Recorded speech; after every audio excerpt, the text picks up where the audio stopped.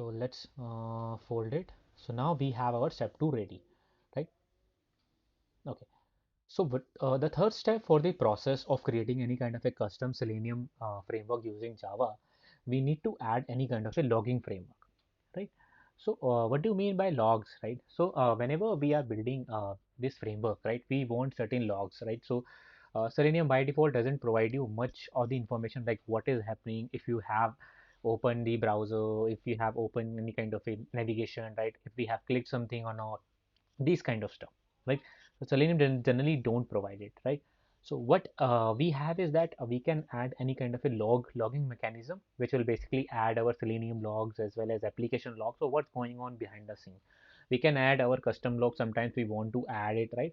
So you cannot add it like system.out.println every time. So what you can do is that you can create, you can use certain libraries which are already pre-built for you.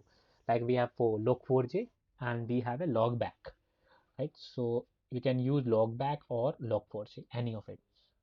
Again, both of have an advantage as well as disadvantage. Like if you see log4j is a Java utility optimized for speed. You can log the behaviors and it supports basically that similar logging that you have. Like you have informational, warning, you have normal, like 5 types of it, right? So I'm going to show you like which 5 types. Yeah, it's suppose internationalization. For example, if you want to change it the languages or anything like related to it, you can definitely do it in log4j, right? So right now if you see people prefer to use logback, but in the demo we are already going with the log4j. So logback is basically 10 times faster than the log4j. It's basically doesn't leave any kind of a very low, I would say, memory footprints. It basically means uh, if you are adding any kind of a logging to your framework, right, it will consume some memory as well as it will leave certain objects like empty-ended and all, right?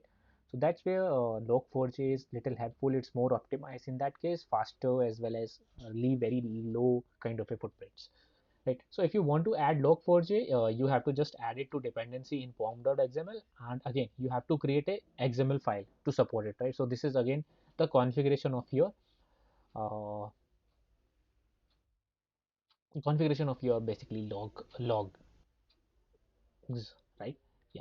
So you can have logging like all, trace, debug, informational, warning, error, and fatal, right? So depending upon which you require, for example, if you want to specially add like it's an error log dot error, that you can do it, and again depending upon this choice you have. So let's do one thing. Let's open up our framework where it is, right? So let's do one thing. Let's add a logging framework for this one, right? So I'm going to add the logging framework. So what we need is that first of all we need to go to the pom.xml, right? And here we want the dependency. So let's do one thing. Let's add the log4j dependency, right? Okay. So these are the two dependency that we need to add. So don't worry, guys. You can download the source code anytime that you want, right? And you can basically copy paste the dependency. So this is just a log4j dependency. We are added it, right? And you can get the dependency also from here.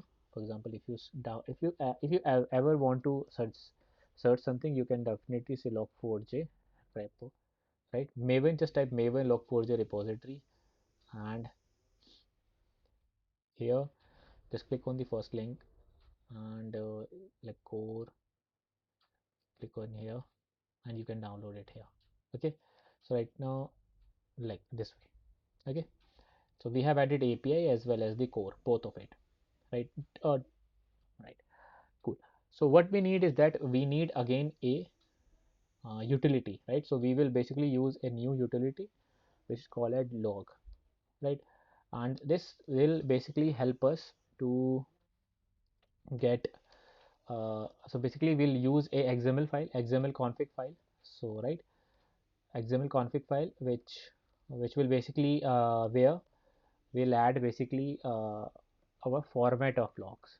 Okay, so if we want time, basically timestamp or not, right? These kind of stuff. If you want timestamp or any other info that you can want to add, right? So you can basically mention here, right, in this XML. So we in this class we'll basically add this, as well as we'll add a couple of start test case and test case logs.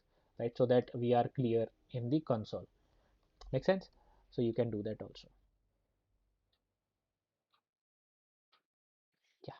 And custom wrappers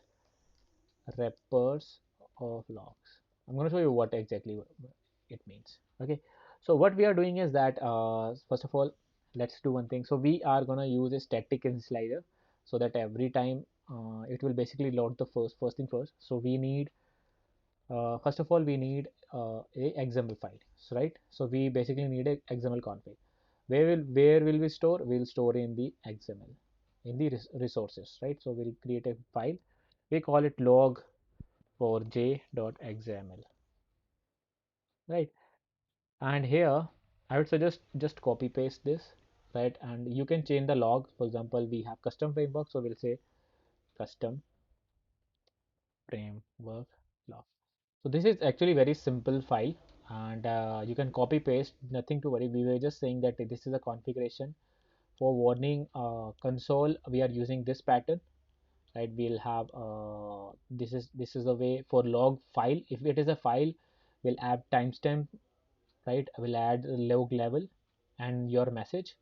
Here we'll just add message with the consoles, and if it is all we are adding, if we are basically targeting all, we'll add console as well as log file with the info message. Okay, so that's what we are basically mentioning in this case. Now what you need to copy the exec from content root. Okay, from content root, guys, we need to copy it from content root, right? And now what we need is that we need to read this file. So what we are gonna do, we are writing a wrapper around it, right? So we need a string, we need log for j path, right? And where from where we'll be using the get property, sorry, get property, right? And this will be again similar way, user dot directory, you will find the user directory, which is this current directory, plus the copy thing. Okay, and here make sure you add slash so that it is supported. We have a log4j path. Now you what you need to do is that you need to set the property, right? So you can set which property you want. So basically we want to set the log output path, right?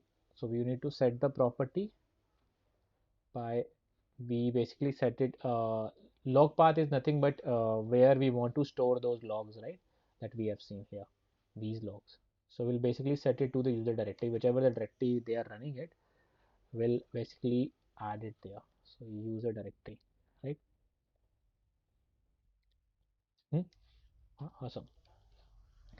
And we need to add, we need to set the property of the configuration also. So how we can set it, these are like a couple of I could say variables. So we are basically mentioning the log4j.configuration file is at log4j path, which is above, like this here, right? So this we are doing it initially. So whenever we are loading these file classes, the first thing first, we'll basically add the get the configuration and we'll set the configuration to these variables, right? So everything is ready.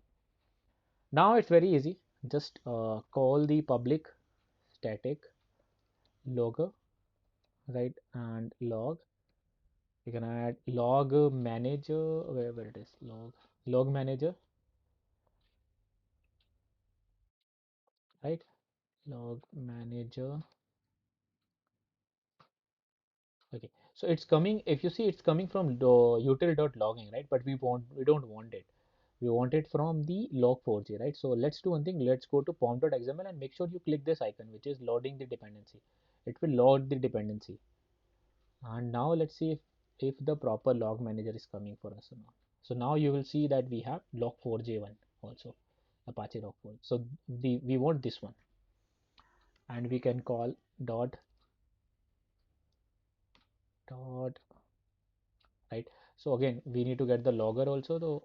Let's do one thing. Let's do get a logger from the Apache also. So that's why that's, so it will not give us some errors. Okay, in that case, awesome.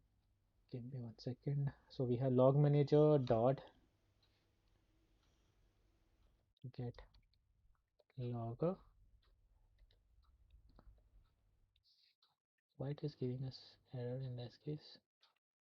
Okay, public short. Okay, public static. That's why it is confusing. Confused.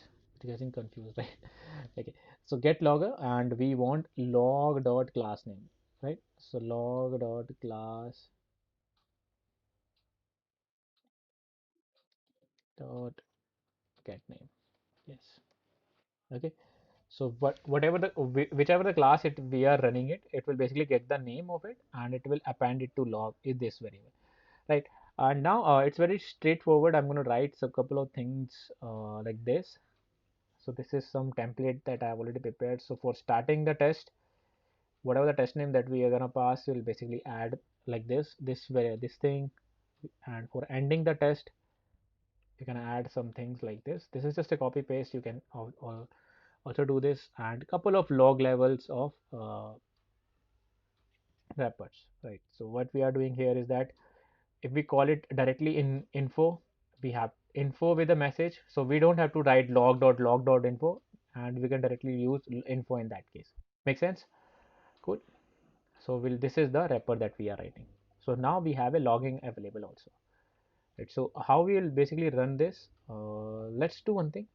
Let's in the test.java, right? We also let's complete our the second test one is also, so we should have a base test also, as well as the another one which is the main one.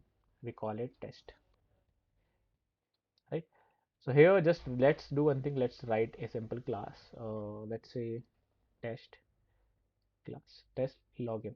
So this will be your login class, right? And here,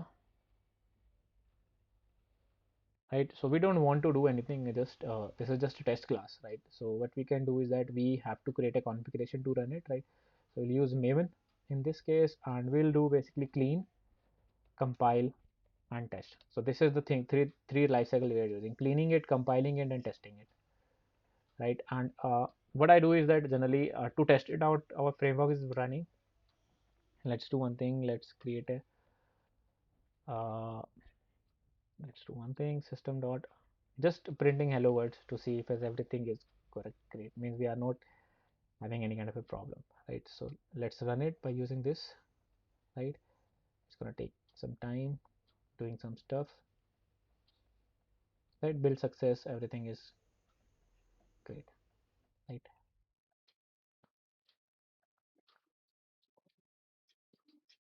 Awesome, right?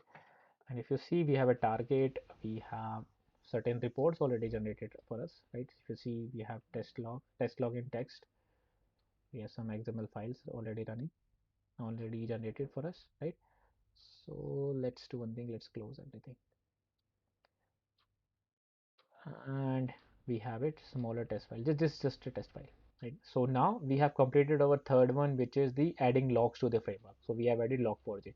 Similarly, you can add log back also, guys, if you want to, and you can just use the dependency and use this logback XML. I'm going to show you where it is.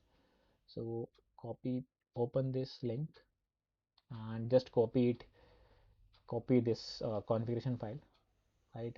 It's same, right? That you can use it. Okay. Yeah.